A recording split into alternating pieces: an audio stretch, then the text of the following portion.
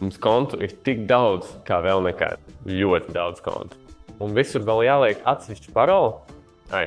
Slinkums vai ne, ievadīšu kaut ko īsu, nesarežģītu, jo tā vismaz es atcerēšu. Parolē jābūt drošai.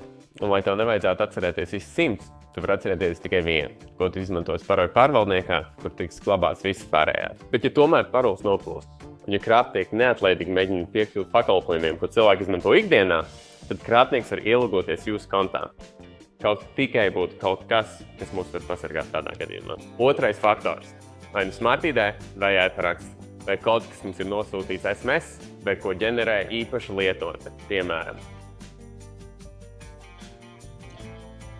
Ja viņam tomēr ir izdevies uzminēt paroli, viņš netiks tālāk, jo šie ir drošības mehānismi, kas pasargās mūsu kontus, prasot viņiem ievadīt otro faktoru. Jo otrais faktors ir kur?